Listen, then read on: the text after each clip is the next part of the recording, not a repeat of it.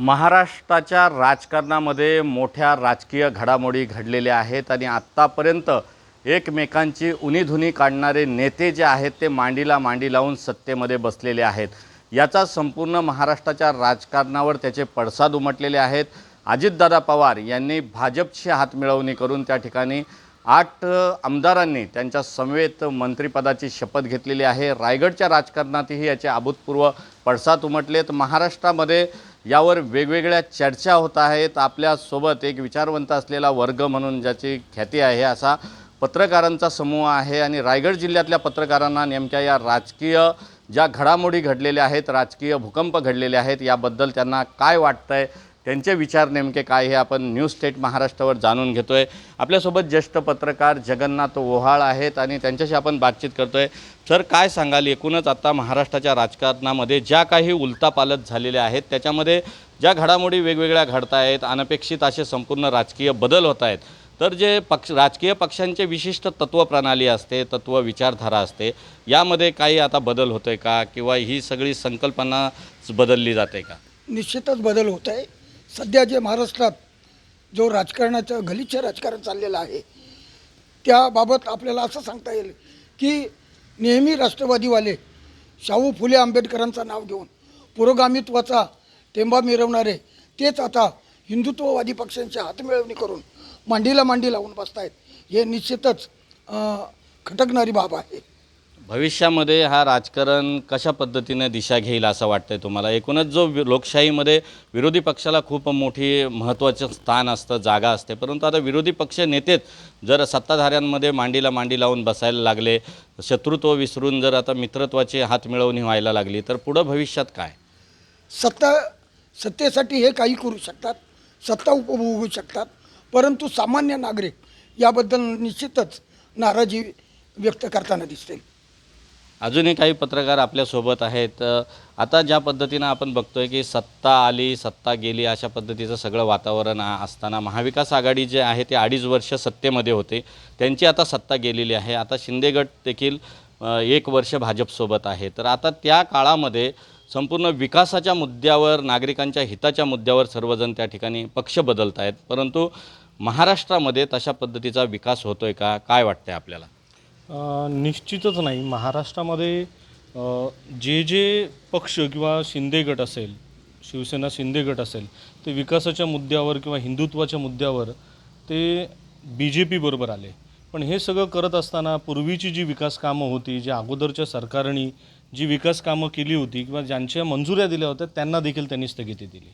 म्हणजे हे एकमेकांचं गळचेपीचं राजकारण ह्याच्यामध्ये चालू आहे। ह्याच्यामध्ये कुठलाही विचार जनतेचा ते करत नाही आहेत। आणि आता जो अजितदादा पवारांचा राष्ट्रवादीचा गट जो BJPला जाऊन मिळालेला आहे, निश्चितच जर BJPची जी कोर संघटना आहे, मूळ संघटना आहे RSS मधले जे कार्यकर्ते आहेत, स्वयंसेवक आहेत, निश्चितच ह्या घडामोडींमुळे ते नाराज झालेले आहेत। आणि जनमानसामध्ये BJPची जी प्रतिमा होती की स्वच्छ हिंदुत्ववादी पक्ष, ती निश्चितच त्या प्रतिमेला ह्या सगळ्या घडामोडींमुळे ठेच पोचलेली आहे। आता जिल्ह्यामध्ये जर आपण बघितलं तर वातावरण असं आहे की राष्ट्रवादी काँग्रेस पक्षाचे सुनील तटकरे म्हणजे राष्ट्रवादी आणि शरद पवार साहेब जो आहेत त्यांचं या ठिकाणी जर आपण बघितलं तर समर्थक कार्यकर्त्यांची संख्या कमी आहे।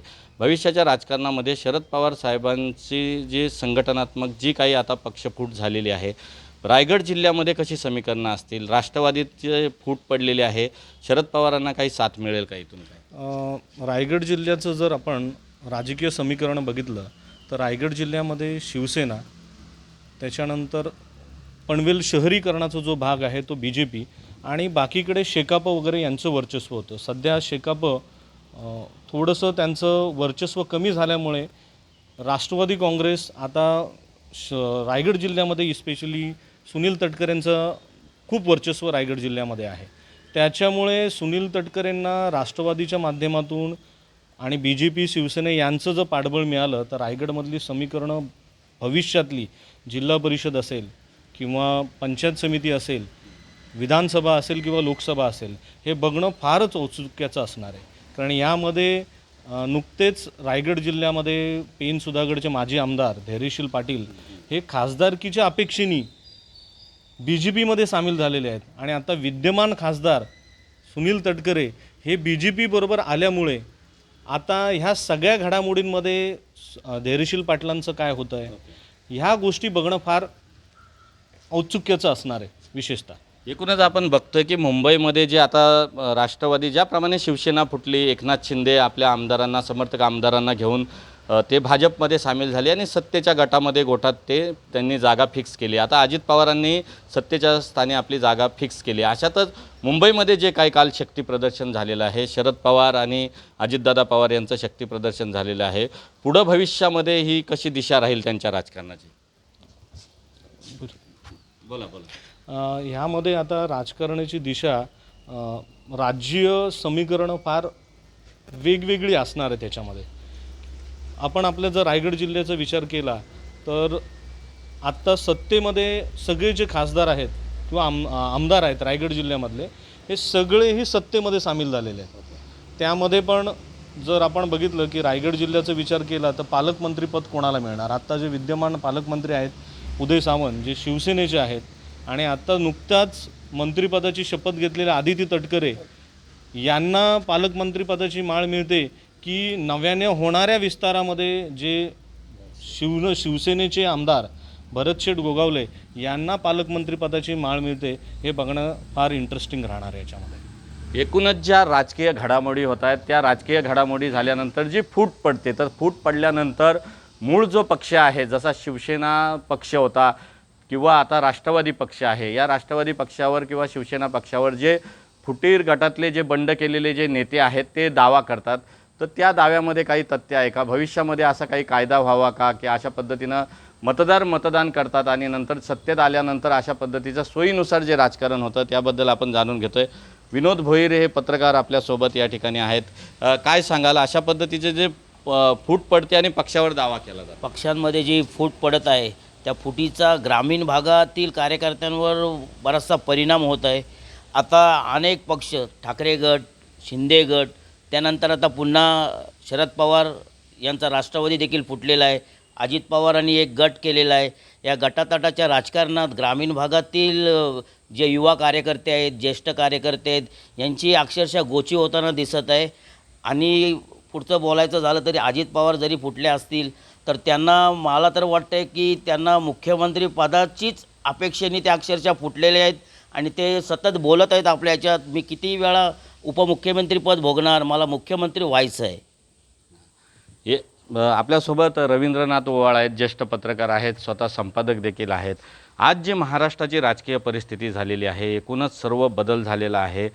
आज आपण जर सकाळी उठलो तर आपल्यालाही कळत नाही की हा नेता कोणत्या पक्षात आहे, दुपारी कुठल्या पक्षात असेल किंवा संध्याकाळी कुठल्या पक्षात जाईल. काय वाटतं तुम्हाला, हा एकूण राजकीय परिस्थितीचं तुम्ही कसं विश्लेषण कराल? खरं तर आपण गेली वर्षभर पाहतोय पक्ष फुटीचं राजकारण, आपण गेली वर्षभर आपण पाहतोय. पहिली शिवसेना फुटली, शिवसेनेचे 2 गट झाले.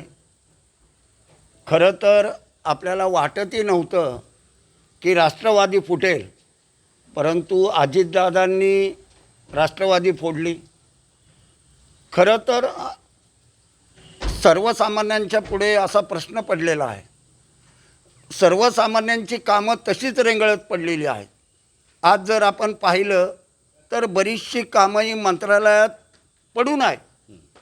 हे पक्षांतर करत असल्यामुळं काही कामं मंत्रालयाच्या फायली ह्या जशाच्या तशा पडून आहेत. सर्वसामान्य लोकांची कामं होताना दिसत नाही. परंतु हे पक्षांतराच्या याच्यामध्ये हे सगळे पक्ष अडकलेले आहेत आणि सर्वसामान्यांची कामं होत नसल्यामुळं सर्वसामान्य माणसं ही खरं तर नाराज आहेत. आता वेळ जवळ आलेली आहे, आता लोकसभा लागेलच आणि लोकसभेच्या वेळेला लोक आपल्याला दाखवून देतील की कुणाला समर्थन देतील हे त्यांना ज्या त्या पक्षांना कळणार आहे. हीच परिस्थिती आपण जर रायगड जिल्ह्यामध्ये बघितली, रायगड जिल्ह्यामधली परिस्थिती जर पाहिली तर इथे जवळजवळ 3 शिवसेनेचे आमदार, 2 भाजपाचे आमदार, राष्ट्रवादीचा एक आमदार आणि एक खासदार, अशी परिस्थिती, राजकीय परिस्थिती असताना सुनील तटकरे आज अजितदादांबरोबर गेलेले आहेत. अजितदादांबरोबर जाऊन आदिती तटकरे ह्या मंत्री झालेल्या आहेत. इथे आदिती तटकरेंना हिणवणारे जे आमदार होते ते आज मागे पडलेले दिसत आहेत. आता याच्यातून पुढील राजकीय परिस्थिती कशी निर्माण होईल हे आपल्याला खरं तर पाहावं लागणार आहे. आता ही जास्तीत जास्त आपण जर बघितलं तर आता जे मुंबई महानगरपालिकेची जी निवडणूक लागणार आहे, खरं तर या राजकीय पक्षांचा डोळा मुंबई महानगरपालिकेवरच डोळा आहे. कारण खऱ्या अर्थानं महाराष्ट्राची आर्थिक राजधानी म्हणून मुंबईला ओळखली जाते आणि आर्थिक राजधानी आपल्या ताब्यात पाहिजे. गेले अनेक वर्ष शिवसेनेच्या ताब्यात असलेली ही महानगरपालिका आहे आणि याच्यात अग्रेसर असणारी बी जे पीला वाटते की ही मुंबई आर्थिक राजधानी ही आमच्या ताब्यात आली पाहिजे. याच्यासाठीच हा खटाटोप आहे की काय?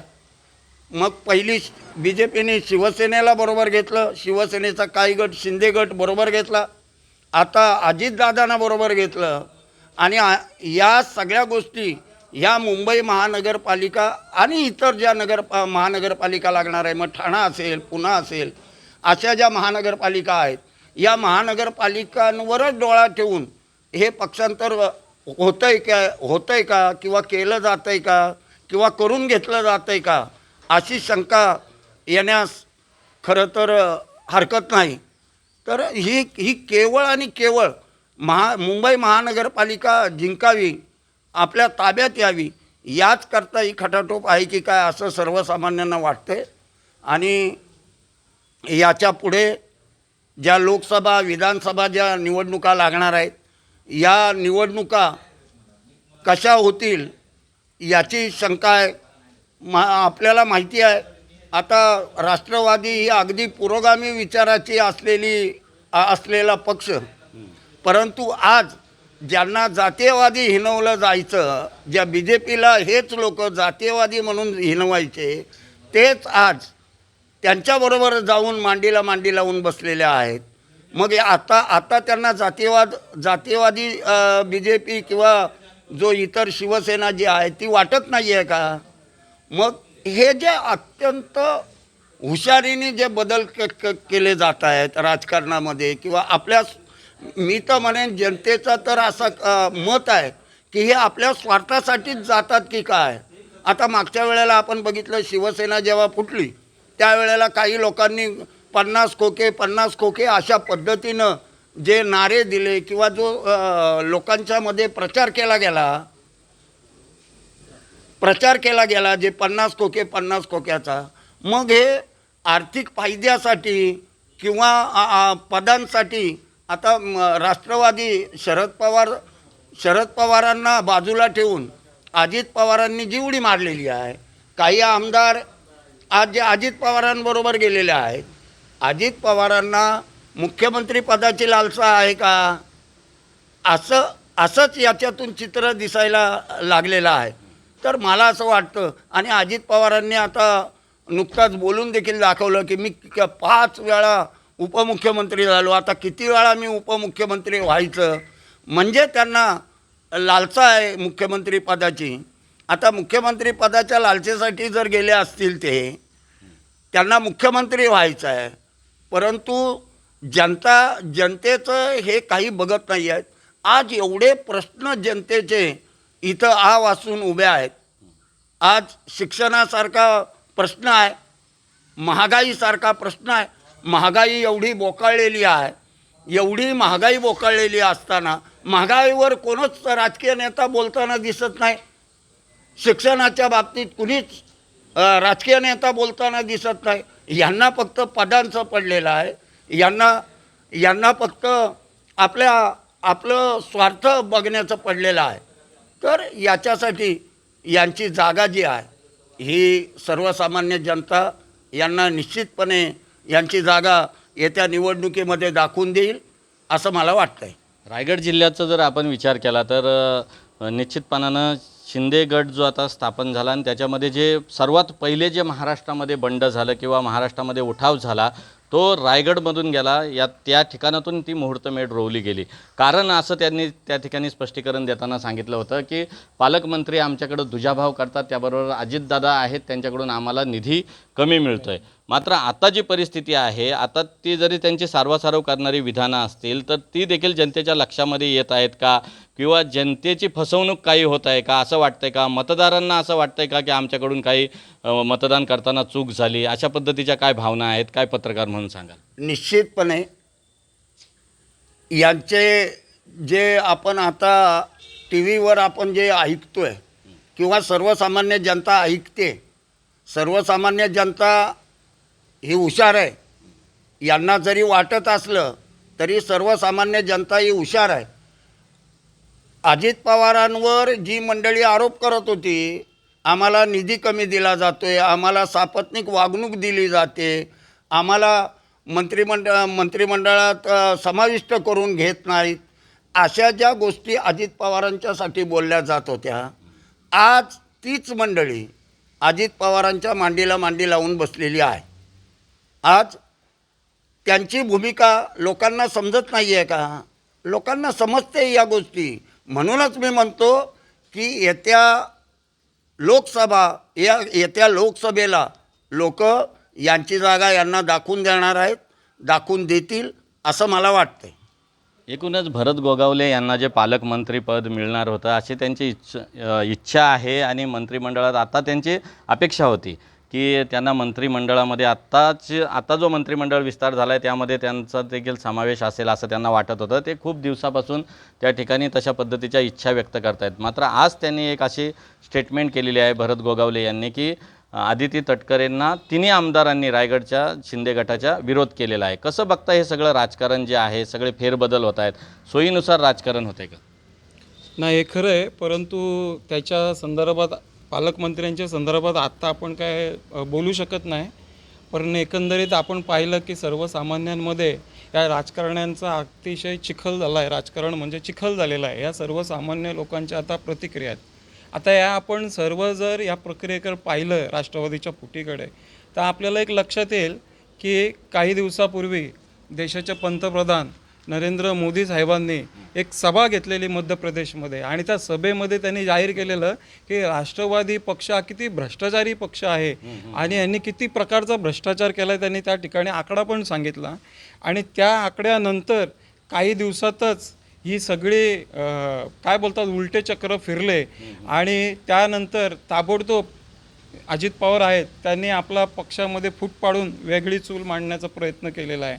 आणि याच्यामध्ये आणखीन सगळ्यात महत्त्वाचा जर कुणाचा भाग असेल, पंतप्रधानांनी तर घोषणा केलीच होती की हा भ्रष्टाचारीचा पक्ष आहे, परंतु त्यांनी त्याच भ्रष्टाचारी पक्षाच्या लोकांना आपल्या पक्षामध्ये सामील केलं, ही पण वस्तुस्थिती आहे.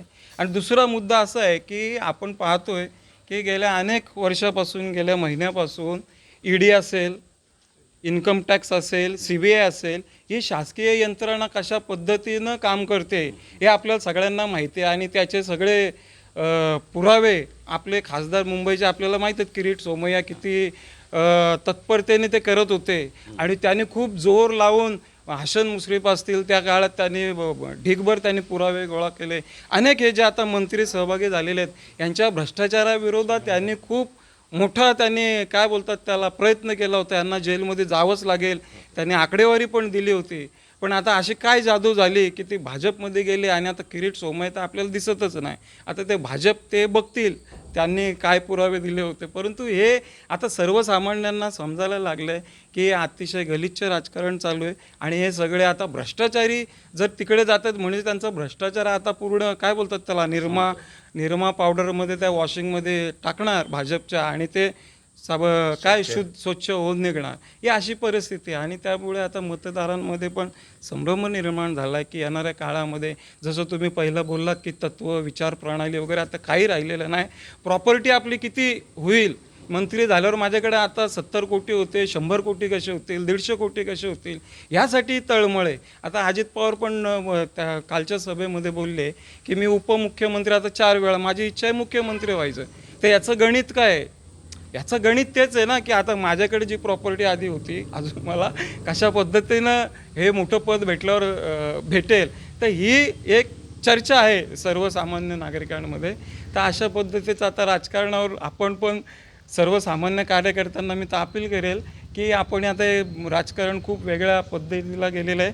तर गावापाड्यात, खेडोपाड्यात, शहरामध्ये आपण यांच्या विरोधात बोलणं मला वाटतं तर थांबवलं पाहिजे. कोणाची बाजू पण घेणं थांबवलं पाहिजे. वेळ आल्यानंतर तुम्हाला काय वाटतंय ती भूमिका तुम्हाला मतदानाच्या स्वरूपात तुम्ही बजावली पाहिजे, हीच मी या ठिकाणी अपील करेल.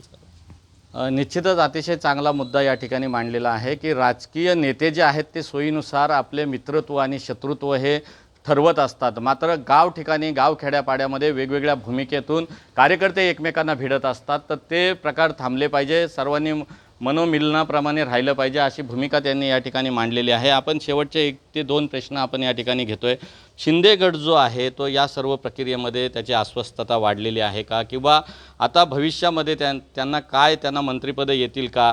आता भरत गोगावले यांनी सांगितलं की आम्हाला जी 1 भाकरी मिळणार होती ती अर्धी भाकरी मिळणार आहे. पालकमंत्री पदाची देखील प्रतीक्षा आहे. या सर्व घडामोडी खूप महत्त्वाच्या मानल्या जातात. सुनील तटकरे रायगडच्या राजकारणामध्ये, महाराष्ट्राच्या राजकारणामध्ये एक चाणाक्ष नेतृत्व, अभ्यासू नेतृत्व, चतुरस्र व्यक्तिमत्व म्हणून ओळखले जातात. ते अजून काय कोणती पुढची भूमिका खेळतील का, किंवा राजकीय खेळी खेळतील का? मुलीला पालकमंत्री, आता आमदार महेंद्र थोरवे यांनी सांगितलं की शेंबडी मुलगी म्हणून टीका केली होती आणि तिला पालकमंत्रीपद दिलं असं म्हटलं होतं. या सगळ्या घडामोडींवर काय व्यक्त व्हाल आपण? निश्चितच जर आपण बघितलं की या सर्व घडामोडींमध्ये सामान्य कार्यकर्ता हा त्याला म्हणजे एक अवधूत गुप्तेंचा पिक्चर आहे की कोणता झेंडा घेऊ हाती. तर अशी परिस्थिती आज रायगड जिल्ह्यामध्ये असेल किंवा पूर्ण महाराष्ट्रामध्ये आलेली आहे. नाशिकचा आपण प्रकार बघितला की राष्ट्रवादी काँग्रेसचं पक्ष कार्यालय हे कोणाचं, अजितदादा गट आणि शरद पवार यांचा गट, हे दोन्ही गट एकमेकांना भिडलेले आपण बघितलेले आहेत. आता अशा परिस्थितीमध्ये कार्यकर्त्यांनी काय करायचं, जनतेने काय करायचं, या सगळ्या गोष्टी याच्यात आल्याच. रायगडचा जर आपण विचार केला तर आदितीताई तटकरे यांना पालकमंत्रीपद मिळेल का, किंवा शिवसेनेचे जे आत्ता विद्यमान आमदार आहेत त्यांना मंत्रिपदाची माळ मिळेल का, ह्या सगळ्या गोष्टी बघणं फार इंटरेस्टिंग राहणार आहे. कारण आता ह्या घडामोडींमध्ये अजून एक फार इंटरेस्टिंग गोष्ट अशी घडेल, अशी सगळ्या जाणकारांना वाटतं की कदाचित काँग्रेसमधले काही आमदार हे जर BJPला जाऊन मिळाले तर आत्ता वाट्याला आलेली जी 10 मंत्रिपदं सेनेकडे आहेत, 8 मंत्रिपदं BJPकडे आहेत आणि 9 मंत्रिपदं आता जी राष्ट्रवादीकडे आहेत, याच्यामध्ये काँग्रेसमध्ये भविष्यात येणारे नेते ह्यांचा वाटा किती असेल हे बघणं फार इंटरेस्टिंग असणार आहे. आणि मंत्रिपदाची आस धरून शिवसेनेचे काही नेते हे जे त्यावेळेस उद्धव बाळासाहेब ठाकरे किंवा ठाकरे गटाशी फारकत घेऊन शिंदे गटामध्ये सामील झाले आणि त्यांनी सत्तेमध्ये सहभागी झाले, त्यांना मंत्रिपदं आता किती मिळतील? तिसरा जो मंत्रिपदांचा जो विस्तार आहे त्यामध्ये कोणाकोणाचा नंबर लागतो आणि कोणाकोणाला मंत्रिपदं मिळतात, त्याच्यामध्ये पालकमंत्रीपदं कोणाकोणाला मिळतात हे बघणं आता फार इंटरेस्टिंग असणार आहे. एकूणच राजकारणाची महाराष्ट्राची जी दिशा आहे ती दिशा बदलत आहे. आणि आता सध्या जर आपण बघितलं तर आजची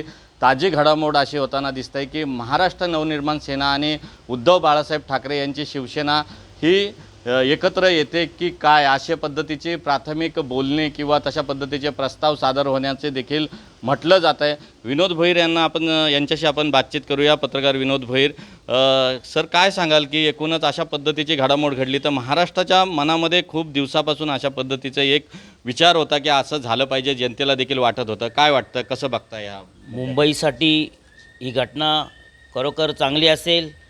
उद्धव ठाकरे आणि राजसाहेब ठाकरे एकत्र आले तर मुंबईसाठी ही घटना नक्कीच चांगली असेल. कारण का आता मुंबई महानगरपालिकेचं इलेक्शन तोंडावर आलेलं आहे आणि बरेच पक्ष असतील आता सगळेजण एकत्र येत चाललेले आहेत.